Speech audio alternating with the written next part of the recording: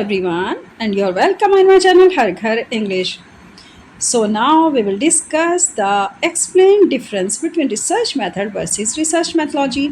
जैसा कि आप जानते हैं कि हम आपको अपने इस चैनल हर घर इंग्लिश के ऊपर लॉन्ग आंसर टाइप क्वेश्चन की प्रिपरेशन कराते हैं।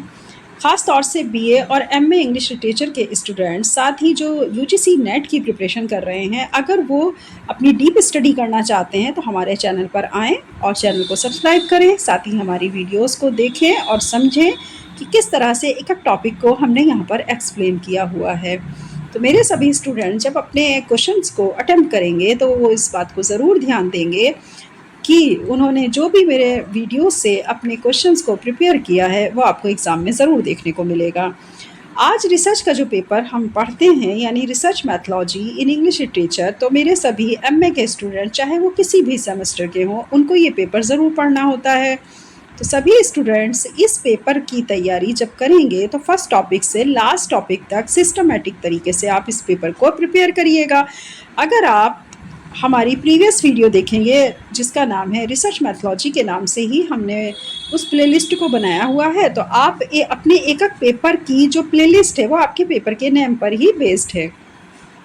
तो आप एक प्लेलिस्ट को खोलिए, आपको जिस पेपर की भी प्लेलिस्ट चाहिए वो प्लेलिस्ट आप उसका पेपर देख करके उसे आप ओपन करिए, उसमें जितनी वीडियोज़ हैं उनको स्टडी करिए। सब में आपको लॉन्ग क्वेश्चन देखने को मिलेंगे और सारे ऐसे क्वेश्चन हैं जो कि आपको अपने एग्ज़ाम में मिलेंगे, ठीक है, ताकि आप अच्छा स्कोर गेन कर सकें। चलिए आज की हम इस वीडियो को बिना स्किप किए आपको देखना है। इस वीडियो के थ्रू आज हम आपको समझाएंगे कि what is the research methodology, means difference between the research method and versus research methodology. दोनों के बीच के डिफरेंस को आज हमें यहाँ पर समझना है। बहुत ही मोस्ट इंपॉर्टेंट क्वेश्चन है, ज़रूर आएगा आपके एग्जाम में, तो इसलिए ध्यान से देखिएगा, बिना स्किप किए पूरा वीडियो अच्छे से हेडिंग वाइज आप लेकर के चलिए। Introduction answer, first heading is the introduction. जो मैंने आपको पिक यहाँ पर ऐड की है इसको हम बाद में डिस्कस करेंगे, पहले हम थ्योरी पढ़ लेते हैं। In academic and scientific studies, research plays a crucial role in generating knowledge. Academic और scientific studies में, रिसर्च में अगर हम देखें तो हमारी नॉलेज को जनरेट करने के लिए रिसर्च मैथोलॉजी अपने आप में क्रूशियल रोल प्ले करता है।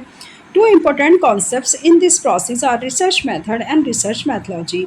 इसके दो बहुत ही महत्वपूर्ण कॉन्सेप्ट होते हैं और जिनके प्रोसेस के थ्रू हम अपनी रिसर्च प्रॉब्लम का सॉल्यूशन निकालते हैं। उनमें नंबर एक है research method and second is the research methodology. Although they are closely related, they are not the same. हालांकि ये दोनों बहुत ही करीब से संबंधित होते हैं लेकिन एक जैसे बिल्कुल नहीं होते। अगर आप सोचेंगे कि research method and research methodology एक जैसे हैं तो सेम तो नहीं होते हैं। हाँ, ऐसा देखने में लगता है कि दोनों एक दूसरे से बहुत करीब से संबंधित हैं। Understanding the difference between them helps students and scholars design effective research products. मतलब आपसे कहा जा रहा है कि आप अलग अलग अपने स्टूडेंट्स को हेल्प कर सकते हैं इनको समझने में। जब आप इनको अलग अलग यानी डिफ्रेंशिएट करके पढ़ेंगे तब आपको ये समझ में आएगा, और एक स्कॉलर को फिर डिज़ाइन करने में अपने रिसर्च प्रोजेक्ट्स में हमारा research method and research methodology बहुत ही प्रभावी तरीके से हेल्पफुल रहता है और हेल्पफुल या हेल्प करता है। आप इसको ऐसे समझ सकते हैं। आई थिंक ये पैराग्राफ आपको समझ आ गया होगा कि एकेडमिक एंड साइंटिफिक स्टडीज़ में रिसर्च का जो प्ले है अपने आप में ये नॉलेज को जनरेट करने के लिए एक क्रूशियल रोल प्ले करता है। इसके दो इम्पोर्टेंट कॉन्सेप्ट्स हैं जिसको हम प्रोसेस भी कह सकते हैं। इस प्रोसेस में हम दो कॉन्सेप्ट से होकर जब तक नहीं गुजरेंगे तो हम अपनी रिसर्च की प्रॉब्लम को सॉल्व नहीं कर सकते। First concept is the research method and second concept is the research methodology. Although they are closely related, अगर यद्यपि आपको देखने में एक जैसे या ऐसा लगेगा कि बहुत करीब से संबंधित है, जबकि ऐसा नहीं है। They are not the same, ये एक जैसे नहीं है। Understanding the difference between them helps student. अगर स्टूडेंट्स को मदद मिल जाती है, अगर वो इनके बीच के डिफरेंस को समझ जाता है, तो स्कॉलर्स को अपने डिज़ाइन रिसर्च प्रोजेक्ट्स को डिज़ाइन करने में प्रभावी तरीके से मदद मिलती है, अगर वो इन दोनों के बीच के डिफरेंस को समझ जाते हैं। First of all, research method. A research method refers to the specific techniques and procedure used to collect and analyze data. A research method refers करता है कि specific technique को, जो कि और procedure को, जिसका इस्तेमाल किया जाता है डेटा को कलेक्ट करने में और साथ ही उसको एनालाइज करने में। तो अब आपको समझ में आया research method. Next, it is the practical aspect of research that guides how information is gathered। ये एक प्रैक्टिकल एस्पेक्ट होता है, रिसर्च मेथड जो होता है वो प्रैक्टिकल एस्पेक्ट होता है रिसर्चर के लिए, क्योंकि वो उसे गाइड करता है कि इंफॉर्मेशन को इकट्ठा कैसे करना है। Examples include surveys, interviews, case studies, experiments, observations and content analysis. आप यहाँ पर इंक्लूड कर सकते हैं उदाहरण के तौर पर, जैसे कि आपका सर्वे है, आपका इंटरव्यूज़ लिए जाते हैं जब आप रिसर्च प्रॉब्लम को सॉल्व करते हैं, सर्वे किए जाते हैं अपनी पॉपुलेशन पर, केस स्टडीज़ की जाती है, एक्सपेरिमेंट्स किए जाते हैं, ऑब्जर्वेशंस किया जाता है एंड कंटेंट को एनालिसिस किया जाता है। These methods provide the tools for conducting research and depend on the nature of the problem।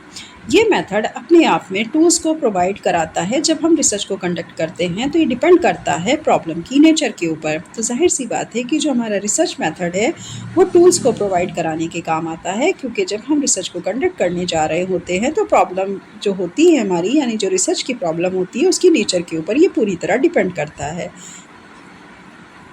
आगे इसमें देखिए, आप देख रहे होंगे कॉमा दिया हुआ है, मतलब आगे की बात करते हैं। ऑब्जेक्टिव्स, उसके उद्देश्यों के लिए टूल प्रोवाइड कराता है। रिसोर्सेज अवेलेबल, और जितने भी हमारे पास रिसोर्सेज अवेलेबल हैं उसके लिए भी ये टूल्स प्रोवाइड कराता है। अब आप इस चीज़ को अच्छे से समझ जाइए कि मेथड्स क्या होते हैं। ये मेथड्स वो होते हैं जो कि हमारे लिए टूल्स की तरह यूज़ किए जाते हैं, या हम लोग इसे टूल्स की तरह यूज़ करते हैं जब हम रिसर्च को कंडक्ट करते हैं, जो कि हमारी जो प्रॉब्लम है उसकी नेचर के ऊपर डिपेंड करता है, उसके ऑब्जेक्टिव्स के ऊपर डिपेंड करता है एंड द रिसोर्सेज अवेलेबल के ऊपर डिपेंड करता है। In short, research methods are the means और इंस्ट्रूमेंट्स ऑफ रिसर्च। अगर हम संक्षिप्त रूप में देखें तो रिसर्च मेथड का मीनिंग होता है कि हमारे लिए रिसर्च के लिए कुछ इंस्ट्रूमेंट प्रोवाइड कराना। यानी रिसर्च मेथड क्या है? Research methods are the means और इंस्ट्रूमेंट ऑफ रिसर्च। रिसर्च के लिए इंस्ट्रूमेंट्स को, इसका अर्थ निकलेगा कि आपने रिसर्च के लिए इंस्ट्रूमेंट को प्रिपेयर किया। ये आपको पैराग्राफ अच्छे समझ आ गया होगा। अब नेक्स्ट पैराग्राफ देखते हैं, रिसर्च मैथोलॉजी, क्योंकि हम डिफरेंस कर रहे हैं between research method and research methodology. तो second topic is the research methodology. On the other hand, research methodology is the systematic framework that explains the logic behind using particular research methods। एक तरफ अगर हम देखें तो research methodology एक systematic framework तैयार करता है और साथ ही एक्सप्लेन करता है उस लॉजिक को जो पर्टिकुलर रिसर्च मेथड के पीछे का पूरा काम हो रहा होता है। तो उस फ्रेमवर्क को एक्सप्लेन करने का काम किसका है? रिसर्च मैथोलॉजी का है।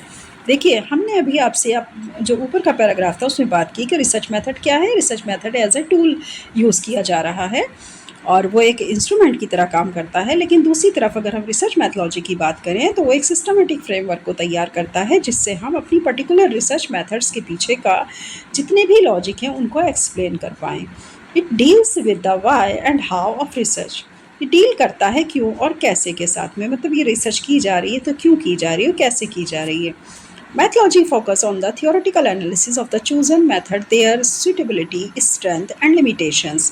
मेथडोलॉजी पूरी तरह फोकस करती है थियोरेटिकल एनालिसिस को। जितनी भी थ्योरी आप यूज़ कर रहे हैं अपनी रिसर्च प्रॉब्लम के अंदर, तो मेथडोलॉजी उसको फोकस करेगी। जो भी आपने मेथड्स को चूज़ किया है उस प्रॉब्लम को सॉल्व करने के लिए, उसकी सूटेबिलिटी वो कितना उचित है, उसकी स्ट्रेंथ यानी उसमें पावर कितनी है, और उसकी लिमिटेशंस, उसकी सीमाएँ क्या हैं। जो भी आपने मेथड्स को चूज़ किया है अपनी रिसर्च प्रॉब्लम को सॉल्व करने के लिए, तो मेथडोलॉजी उस पर फोकस करती है उस थियोरेटिकल एस्पेक्ट के ऊपर, और साथ ही उसका एनालिसिस करेगी, उस मेथड को चूज़ करेगी। उस मेथड्स के चूज़ करने के बाद उसकी सूटेबिलिटी को जो है उसका एवेलुएट करेगी, स्ट्रेंथ का एवेलुएशन करेगी,